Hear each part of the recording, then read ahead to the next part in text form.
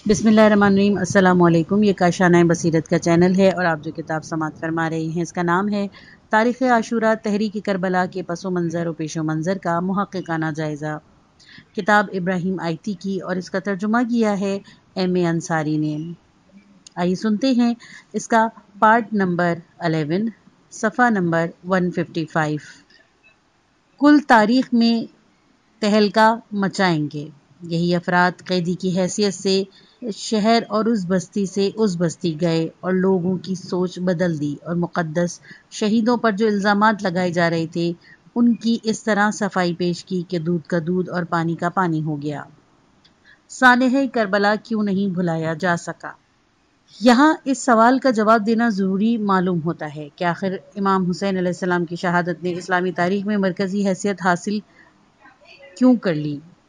दूसरी तमाम दीनी तहरीकों और शहादत के दूसरे वाक़यात को मजमूई तौर पर भी वही अज़मत हासिल नहीं जो तहरीक करबला को है। यही सानहा तारीख़ इस्लाम की तमाम सानहों में सबसे बढ़ चढ़ कर है। ग़ज़वा उहद जो शव्वाल 3 हिजरी में मदीना के करीब पेश आया, उसमें एक तरफ रसूल खुदा सल्लल्लाहु अलैहि वसल्लम और मुसलमान थे और दूसरी तरफ मुशरिकीन मक्का। एक गलत फहमी की बिना पर 40 सहाबा के एक दस्ते ने रसूल खुदा सल्लल्लाहु अलैहि वसल्लम के हुक्म की खिलाफ वर्जी की। नतीजा ये हुआ कि देखते ही देखते लड़ाई का पांसा पलट गया और मुसलमान दुश्मन पर गलबा हासिल कर लेने के बाद यकायक शिकस्त से दोचार हो गए। 80 से ज्यादा मुसलमान शहीद हुए। बेशतर शुहदा की लाशों का इस तरह मुसल्ला बनाया गया कि पहचानना मुश्किल हो गया था। एक बहन ने अपने भाई की लाश उंगली के नोक्स की वजह से पहचानी, लेकिन इस सब कुछ के बावजूद ग़ज़वा उहद में 70 से 80 तक मुसलमानों की शहादत के वाक़े को वो अज़मत हासिल ना हो सकी जो कि सानह करबला को हुई। शुहदाए पनाह के वाक़े को ही ले लीजिए। इसमें आले रसूल सल्लल्लाहु अलैहि वसल्लम में से मुतअद्दिद अफराद अब्बासी खलीफा हादी के ज़माने में मक्का मुअज़्ज़मा के करीब शहीद हुए। इसी तरह हसने सादात में से 16 अफराद की शहादत का वाक़या है। ये लोग कूफे के करीब हाशमिया के कैद खाने में मंसूर दवानिकी के हुक्म से कैद किए गए थे और वहीं एक के बाद दीगरे इंतकाल कर गए। मंसूर ने ये इजाज़त भी नहीं दी कि इनका मुर्दा ही दफन कर दिया जाए। जब सब मर चुके तो उसने हुक्म दिया कि कैद खाने की छत औलादे रसूल सल्लल्लाहु अलैहि वसल्लम के लाशों पर गिरा दी जाए। न गुस्ल, न कफन, न गोर, न गढ़ा, तहे खंजर भी जो बिस्मिल नहीं होने पाते, मर के शर्मिंदाए कातिल नहीं होने पाते। इसी तरह इस्लामी तारीख के और भी दर्दनाक वाक़यात हैं, लेकिन उनमें से कोई वाक़या भी हादसा करबला की जगह नहीं ले सका और उन शहीदों में से कोई भी इमाम हुसैन अलैहिस्सलाम नहीं हो सकता। रसूल खुदा सल्लल्लाहु अलैहि वसल्लम के चचा हज़रत हमज़ा रज़ी अल्लाह अन्हु ग़ज़वा उहद में शहीद हुए। रसूलुल्लाह सल्लल्लाहु अलैहि वसल्लम ने इन्हें सैयदुश शुहदा का लक़ब अता किया। इनके नाम में भी वो असर नहीं जो इमाम हुसैन अलैहिस्सलाम के नाम में है और न किसी की तवक्का ही की जा सकती है और न इसकी तवक्का की जा सकती है। हम इस मौके पर इस सवाल का मुकम्मल और जामा जवाब तो नहीं देना चाहते, न शायद दे सकते हैं, लेकिन इतना कहा जा सकता है कि इस तहरीक के सरबराह के खुद अपनी शख्सियत से क़तई नज़र अहम तरीन सबब जिसकी वजह से हुसैनी तहरीक को दीगर तमाम तहरीकों पर फ़ौक़ियत और बरतरी हासिल हो गई, वो ड्रामा था जो दुश्मन ने जो इमाम अलैहिस्सलाम और उनके असहाब की शहादत के फ़ौरन बाद बड़े शौक़ से खेला और यूं नादानिस्ता तौर पर अपने लिए ज़िल्लत और रुसवाई का सामान मुहैया किया। इसके नतीजे में दुनिया को इस वाक़े की अहमियत और क़द्र क़ीमत से आगाही हुई। इस वाक़े की अहमियत को रोशनास कराने में असीरान अहले बैत अलैहिस्सलाम का भी हिस्सा था और कातिलान हुसैन अलैहिस्सलाम का भी। दुश्मनों ने शुहदा की शहादत और जंग के खात्मे के बाद बेहूदगी में कोई कसर न छोड़ी। क्या कुछ नहीं किया गया। शुहदा के लाशों को बरहना कर दिया गया, उनके बदन पर से कपड़े लूट लिए गए, खेमों में घुसकर अहले बैत अस्मत का सामान लूट लिया गया, खेमों को आग लगा दी गई, आबिद बीमार अलैहिस्सलाम को बिस्तर पर कत्ल करने की कोशिश की गई, लाशों को घोड़ों के समों तले रोन डाला, सरों को नेज़ों पर चढ़ाया गया, गमज़दा असीरों के साथ सख्ती की, इमाम अलैहिस्सलाम के लबोदंदा पर कमचियाँ मारी। ان بےہودگیوں سے دشمن کا اپنا ہی نقصان ہوا۔ لوگوں کو حقیقت کا پتہ چل گیا۔ یہ بےہودگیاں کربلا سے شروع ہوئیں اور قافلے کے شام پہنچنے تک جاری رہیں۔ خود یزید نے ان میں حصہ لیا اور اپنے مقدر کی رسوائی سمیٹی۔ اہل بیت علیہ السلام نے کمال متانت اور حوصلے کا ثبوت دیا، گویا کوئی بات ہی نہیں ہوئی۔ لوگ انہیں شکست خوردہ سمجھتے تھے، لیکن وہ جہاں بھی گئے انہوں نے اپنی کامیابی اور دشمن کی رسوائی کی بات کی۔ لوگ دشمن کو کامیاب سمجھتے تھے، انہوں نے لوگوں کو بتایا کہ کامیابی اور سرخروئی تو ہمیں حاصل ہوئی ہے، اور مغرور دشمن کے حصے میں تو صرف نامرادی اور روح سیاہی آئی ہے۔ لوگوں کی توقع کے برخلاف انہوں نے اعلان کیا کہ بنو امیہ کا جلد ہی زوال ہو جائے گا۔ اگر ابن سعد اور ابن زیاد چاہے مصلحتاً ہی صحیح، امام حسین علیہ السلام اور ان کے اصحاب کی شہادت کے بعد اہل بیت علیہ السلام کا احترام کرتے، ان سے اظہار ہمدردی کرتے، شہداء کی تدفین میں مانع نہ ہوتے، بلکہ انہیں خود اپنے مقتولین سے پہلے دفن کرتے، اہل بیت علیہ السلام کو عزت و احترام کے ساتھ کربلا ہی سے مدینہ بھیج دیتے، اور وہ واقعات پیش نہ آتے جن میں ایک طرف دشمن نے بےہودگی کی انتہا کر دی اور دوسری طرف اہل بیت نے نہایت متاثر کن انداز میں ان کا پردہ چاک کر دیا۔ تو شہادت امام علیہ السلام اور حادثہ کربلا کی یہ تصویر دنیا کے سامنے نہ آتی، نہ ہی دشمن اس قدر ذلیل و رسوا ہوتا۔ یہ بھی خدا کا کرنا تھا کہ دشمن خود ہی آزادی یہ فکر و عمل کا پرچار کرنے والوں کو قید کر کے لے گیا۔ ہمیں کو جرت اظہار کا سلیقہ ہے، صدا کا قحط پڑے گا تو ہم ہی بولیں گے۔ جب اہل بیت علیہ السلام کو شہر بہ شہر پھرایا گیا تو انہیں موقع مل گیا کہ وہ ہر جگہ تماشائیوں کے سامنے اپنا تعارف کرائیں، حادثہ کربلا کے متعلق گفتگو کریں اور اپنے جد امجد رسول خدا صلی اللہ علیہ وآلہ وسلم سے اپنی قرابت کا اظہار کریں۔ اہل بیت علیہ السلام کو داد سخن دینے کا پہلا موقع 13 محرم کو ملا۔ اس روز وہ کوفہ پہنچے۔ شہر کو دیکھ کر ان کے دل بھر آئے، کیونکہ امام علی علیہ السلام کے دور خلافت میں ان کا بیشتر وقت اسی شہر میں گزرا تھا۔ امیر المومنین علیہ السلام کی بیٹیاں 41 ہجری میں اپنے بھائی امام حسن علیہ السلام کے ساتھ کوفے سے مدینہ گئی تھیں۔ اب 20 سال بعد اس شہر میں وہ قیدی کی حیثیت سے لائی گئیں، جہاں 4 سال کے قریب انہوں نے حکومت کی تھی۔ انہی اہل عراق نے جو جمل اور صفین اور نہروان کی جنگوں میں امیر المومنین علیہ السلام کی یار و مددگار تھے، ان کے بیٹے کو قتل کر دیا تھا اور ان کی باقی اولاد کو قیدی بنا لیا تھا۔ مگر اہل بیت علیہ السلام کے خطیبوں نے، جو ایسا معلوم ہوتا ہے کہ شاید اس مقصد کے لیے ہی مدینے سے عراق آئے ہیں، اور لوگوں کوچہ و بازار میں ان کی تقریر سننے ہی کے لیے جمع ہوئے ہیں، پہلے ہی دن یعنی 12ویں محرم سے اپنے کام کا آغاز کر دیا۔ انہوں نے ہر شخص سے گفتگو کی۔ جب بازار میں بات کہنے کا موقع نہ رہا تو انہوں نے ابن زیاد کی مجلس میں اپنا کام جاری رکھا، اگرچہ اس کی صورت صرف یہ تھی کہ وہ ابن زیاد کے سوالوں کے جواب دے رہے تھے۔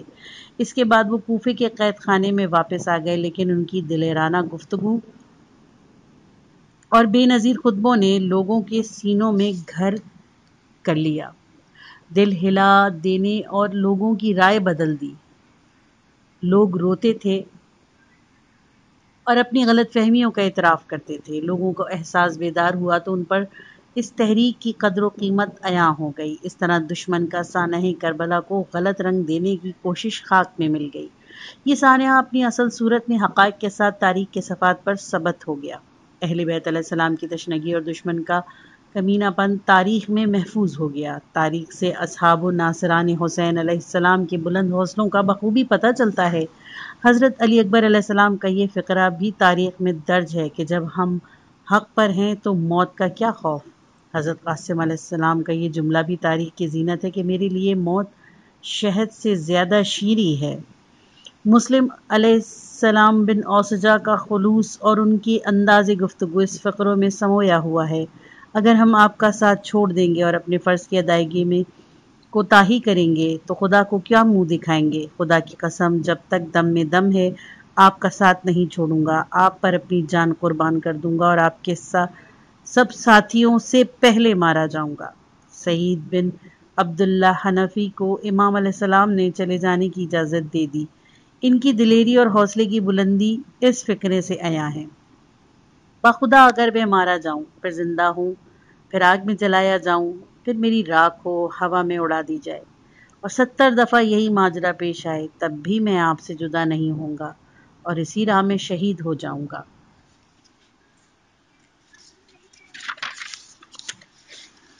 बशर बिन उमरो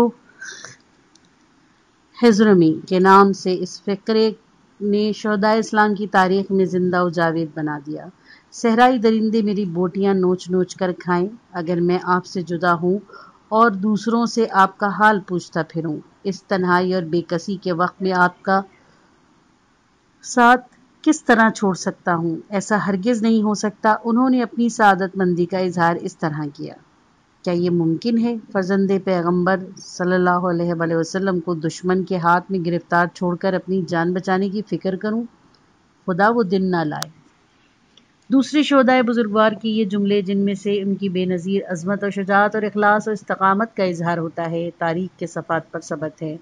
उमर बिन क़र्ज़ा अंसारी ने आखिरी दम तक कहा, ए फर्जंदे रसूल सल्लल्लाहु अलैहि वसल्लम, क्या मैंने हक़ की वफ़ा अदा कर दिया और अपना फ़र्ज़ अंजाम दे दिया? जिस वक्त मुस्लिम बिन औसजा असदी नज़ा के आलम में थे, हबीब बिन मज़ाहिर असदी ने उनसे कहा, मुस्लिम मुबारक हो, हमसे पहले जन्नत में जा रहे हो।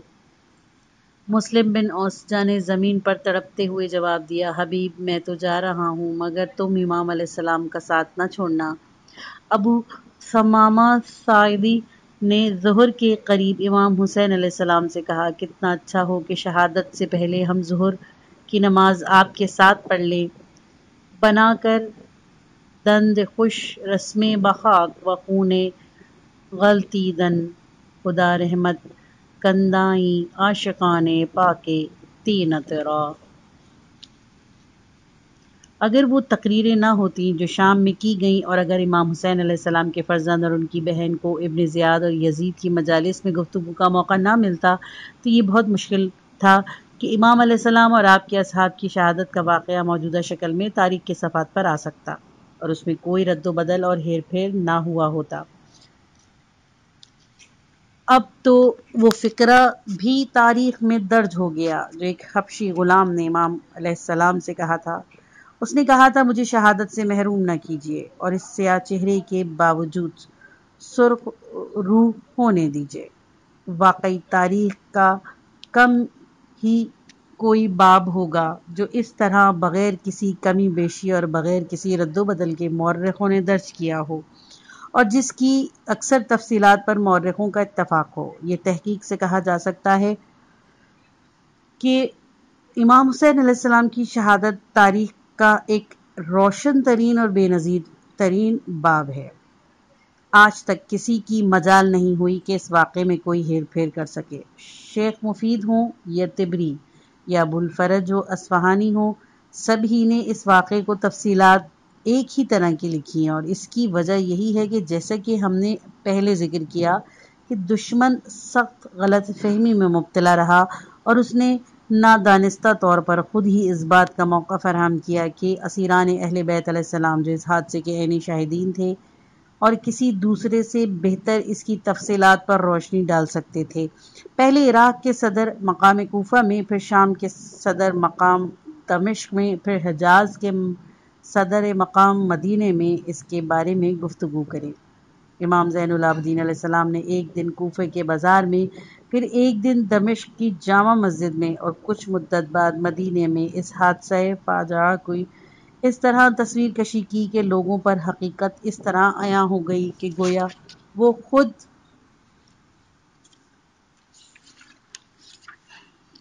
रोज़े आशूरा सरे ज़मीन नैनवा में मौजूद थे। आखिर एक दिन यजीद इस सूरत हाल पर पछताया और उसकी समझ में आ गया कि औरतों और बच्चों को कैदी बनाकर कूफा और शाम लाना कैसी हिमाकत थी। क्या अच्छा होता कि शहादत पर ही किस्सा ख़त्म कर दिया जाता, एक और झगड़ा खड़ा ना किया जाता और अहले बैत अलैहिस्सलाम को बाज़ारों और आम महफिलों में गुफ्तगू का मौका ना दिया जाता। لیکن اب پچھتانے سے کیا ہوتا تھا، تیر کمان سے نکل چکا تھا۔ ہونٹوں سے نکلی بات کو سینوں میں واپس تو نہیں لوٹایا جا سکتا، اور نہ ہی وہ منظر جو لوگوں نے دیکھے تھے اور جو خطبے سنے تھے ان کے ذہن سے محو کیے جا سکتے تھے۔ جو لوگ بازاروں میں نالہ و فریاد کر چکے تھے انہیں دوبارہ کیسے برابر کرایا جا سکتا تھا کہ وہ فرزندان پیغمبر صلی اللہ علیہ وآلہ وسلم جن کی شایان میں آیت تطہیر نازل ہوئی تھی، باغی فتنہ جو اور کشتنی و گردن و زدنی ہیں، عام لوگوں پر جب کوئی مصیبت آتی ہے تو وہ اسے چھپاتے ہیں اور نہیں چاہتے کہ کسی کو معلوم ہو کہ ان پہ کیا گزری، لیکن اہل بیت علیہ السلام عصمت و طہارت نے پوری کوشش کی کہ جو بپتا ان پر پڑی اس سے لوگوں کو آگاہ کریں۔ اس مقصد سے انہوں نے واقعات عاشورہ کی ہر موقع پر ایک کی تفصیل بیان کی۔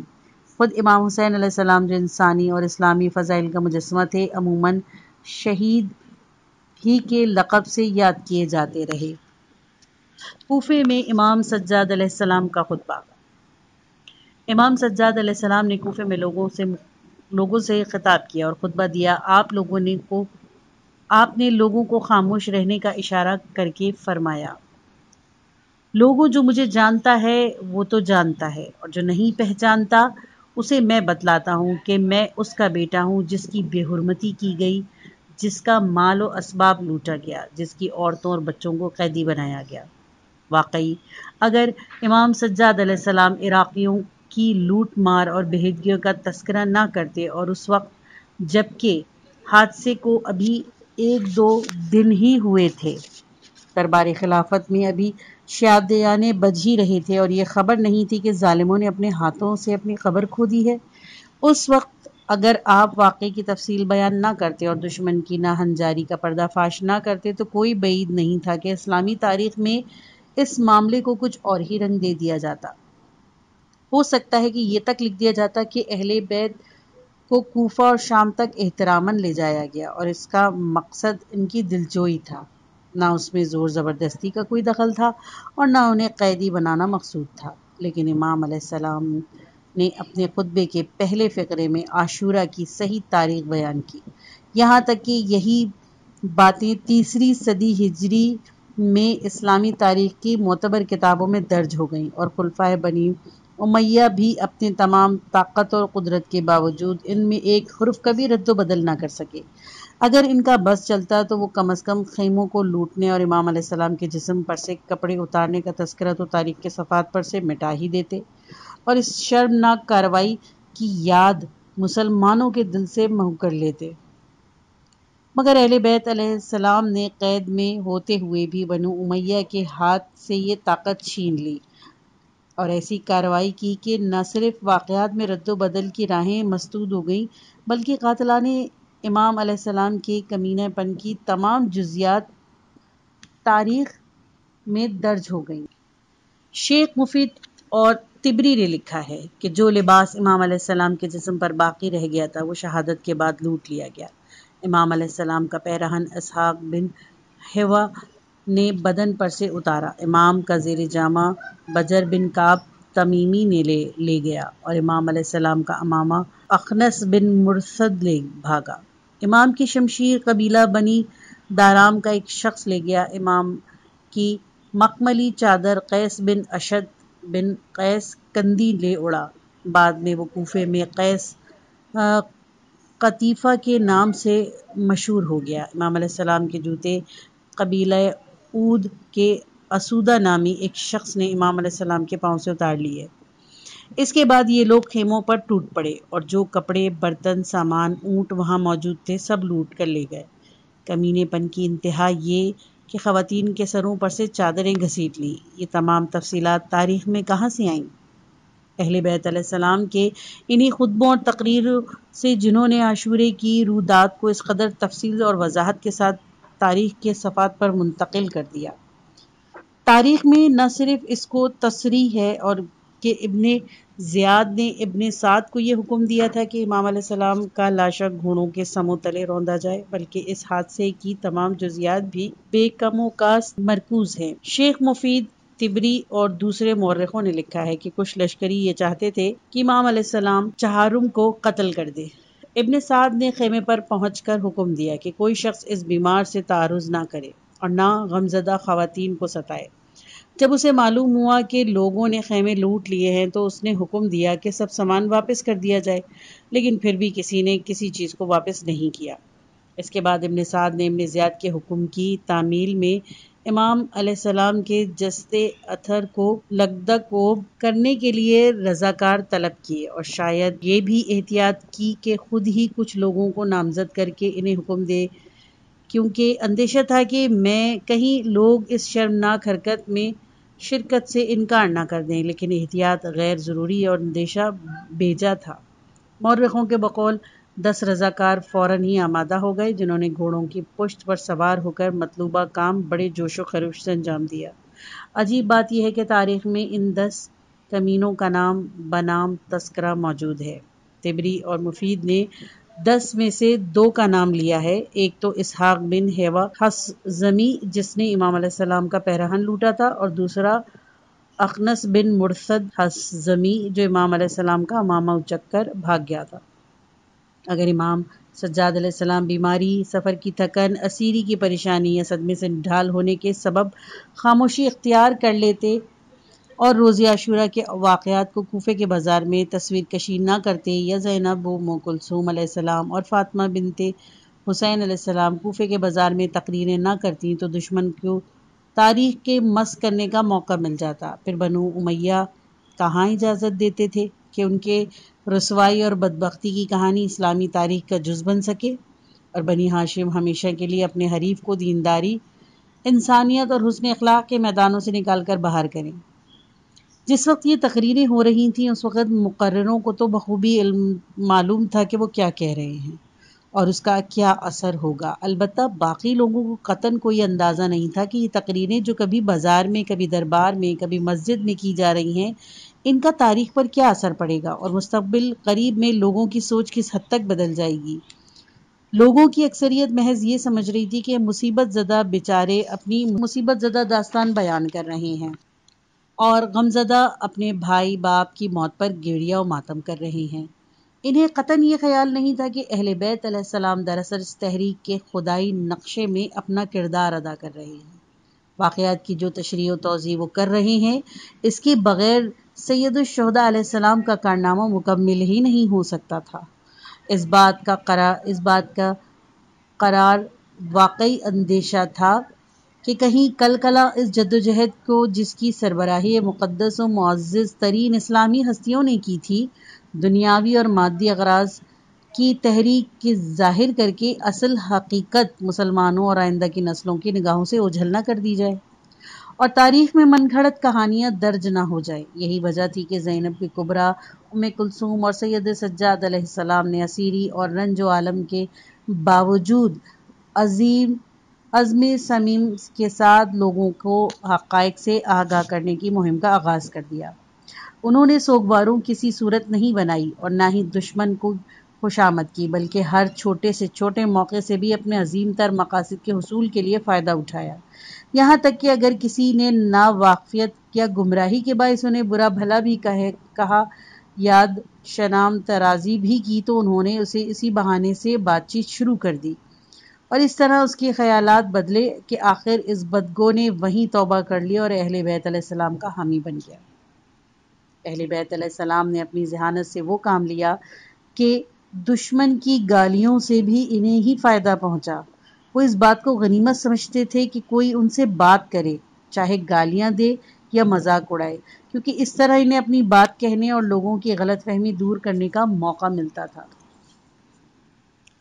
इमाम सज्जाद अलैहिस्सलाम ने एक कूफी से दुश्मन की बेहूदियाँ का तस्करा करते हुए कहा कि मैं उसका बेटा हूँ जिसका दरियाए फरात के किनारे सर कलम कर दिया गया, हालांकि उसने न किसी का खून बहाया था, न कोई हक गस्ब किया था, यानी उसे बेजुर्म क़ता कत्ल किया गया। मैं उसका बेटा हूँ कि जब उसमें मुकाबले की ताकत न रही और वो गिर गया तो उसकी छाती पर चढ़कर उसे शहीद किया गया। हमारे लिए यही फ़ख्र काफ़ी है। इमाम चहारुम अलैहिस्सलाम ने इस फ़िक्रे में लोगों को शहादत के वाक़े पर मज़ीद गौर व फ़िक्र की दावत दी। آپ نے بے کسی کی حالت میں مارے جانے کو قابل فخر بات قرار دیا، اور فخر بھی ایسا جس کے ہوتے ہوئے کسی دوسرے فخر کی حاجت نہ رہے۔ آپ نے فرمایا کہ ہمارے لیے یہی فخر ہے کہ ہمارا خون بہایا گیا، ہمارا مال لوٹا گیا، ہماری بے حرمتی کی گئی، ہماری عورتوں اور بچوں کو قیدی بنایا گیا۔ امام علیہ السلام چاہتے ہیں کہ لوگ اس پر غور کریں کہ اس جدوجہد کا مقصد کیا تھا، اس تحریک کے سربراہ کیا چاہتا تھا اور اس نے کیا کیا تھا۔ اگر صرف اتنی سی بات کہ وہ خلیفہ بننا چاہتا تھا اور چونکہ خلافت کسی اور کو مل گئی تھی اس کے لیے بے چین تھا اور اسی آرزو میں جان کی بازی لگا دی اور اسی ہوس میں جان اور مال سے ہاتھ دھو بیٹھا تھا، تو اس طرح تو کوئی فخر کی بات نہیں بلکہ یہ تو شرم کی بات ہے۔ پھر یہ کیسے ہو سکتا ہے کہ امام سجاد علیہ السلام ایسی بات پر فخر کرے اور یہ کہیں کہ ہمارے لیے یہی فخر کافی ہے؟ ان کے اس فقرے پر لوگوں کو ضرور تعجب ہوا ہوگا۔ آخر یہ واقعہ فخر کا موجب کیسے بن گیا؟ کیا یہ لوگ مارے نہیں جاتے؟ سیاسی جنگوں میں کیا کم جانیں تلف ہوتی ہیں؟ ہنگاموں اور فسادات میں کیا جان و مال کا کم نقصان ہوتا ہے؟ یہ کون سی فخر کی بات ہے کہ کسی کو لوٹ لیا گیا، اس کے گھر کو آگ لگا دی گئی، اس کے رشتہ دار مارے گئے؟ یہ مصیبت تو ہے، فخر کی بات نہیں۔ چنانچہ اس فقرے نے لوگوں کو مجبور کیا کہ وہ تحقیق و تجسس اور مزید غور و فکر سے کام لے کر تاریخ اسلام میں اس تحریک کی قدر و قیمت کا اندازہ لگائیں اور معلوم کریں کہ یہ لوگ کیا کہہ رہے ہیں، ان کی بات میں کتنا وزن ہے، اور یہ باقی مسلمانوں کی طرح خاموش کیوں نہیں بیٹھے؟ انہوں نے کیوں نہیں دربار خلافت کی ہر پیشکش مسترد کر دی؟ اس میں کیا حرج تھا کہ اگر امام حسین علیہ السلام یزید کی بیعت کر لیتے اور مسلمانوں میں عزت سے زندگی گزارتے، نہ عزیزوں کو ہاتھ سے کھوتے، نہ اپنی جان جھگڑے میں گنواتے؟ امام سجاد علیہ السلام کے انہی فقروں نے لوگوں کو جھنجھوڑا اور انہیں بات سننے پر آمادہ کیا۔ شاید بہت سے لوگ کہہ رہے ہوں گے کہ اچھا ہی ہوا کہ یہ لوگ مارے گئے، زندگی معمول پر آ گئی، عراق کے راستے جو کچھ دنوں سے بند تھے پھر کھل گئے، آمد و رفت میں جو دشواریاں پیدا ہو گئی تھیں وہ دور ہو گئیں۔ عام لوگوں کی تو یہی سوچ تھی۔ ایسے میں امام سجاد علیہ السلام نے بے بانگ دہل کہا کہ ہمارے لیے یہی فخر کافی ہے کہ ہمیں قتل کیا گیا، ہمارا اسباب لوٹا گیا۔ بات کہنے کے اس انداز سے لوگوں کو ایک جھٹکا سا لگا اور ان میں تحقیق و تجسس کی لہر دوڑ گئی۔ امام سجاد علیہ السلام نے فرمایا، لوگوں، تمہیں خدا کی قسم، تمہیں معلوم ہے کہ تم نے میرے پدر بزرگوار کو خط لکھے تھے لیکن پھر تم نے ان کو دھوکہ دیا، تم نے ان سے پختہ وعدے کیے لیکن پھر ان سے جنگ کے لیے کھڑے ہو گئے۔ تمہیں خدا غارت کرے، تم نے اپنی عاقبت کا یہ سامان کیا ہے، یہ تو تم نے اپنی روح سیاہی کا انتظام کر لیا۔ کل جب رسول خدا صلی اللہ علیہ وآلہ وسلم سے سامنا ہوگا تو انہیں کیا منہ دکھاؤ گے؟ اس وقت حضرت صلی اللہ علیہ وآلہ وسلم تم سے کہیں گے کہ تم نے میرے فرزندوں کو قتل کیا ہے اور میرے ساتھ بے حرمتی کا سلوک کیا ہے، تم میری امت نہیں ہو۔ امام علیہ السلام کی ان چند جملوں نے اہل کوفہ کی سوچ بدل دی۔ جو لوگ قیدیوں کا تماشا دیکھنے ہنستے ہوئے آئے تھے، ان کے چہروں پر رنج و فکر کے آثار نمودار ہونے لگے، ان کے گلے رند گئے، آنکھوں میں آنسو ڈبڈبانے لگے۔ لوگ ہر چند ضبط کرنا چاہتے تھے مگر نہیں کر سکتے تھے۔ آخرکار ادھر ادھر سے چیخوں اور سسکیوں کی آوازیں آنے لگیں۔ لوگ ایک دوسرے کو ملامت کر رہے تھے۔ ایک کہہ رہا تھا، تو نے بہت برا کیا، اپنے آپ کو تباہ کر لیا۔ دوسرے نے کہا، اب کیا ہو سکتا ہے، اب ہم کیا کر سکتے ہیں۔ لوگ آنسو بہا رہے تھے، آہیں بھر رہے تھے۔ امام علیہ السلام نے پھر کہا، ان پر خدا کی رحمت ہو جو میری بات سنے اور خدا اور رسول اور اہل بیت پیغمبر صلی اللہ علیہ وآلہ وسلم کے بارے میں میری نصیحت قبول کرے۔ رسول خدا کی پیروی ہمارا فرض ہے۔ یہ پارٹ ختم ہوا۔ کتاب کا اگلا حصہ نیکسٹ پارٹ میں سنیں۔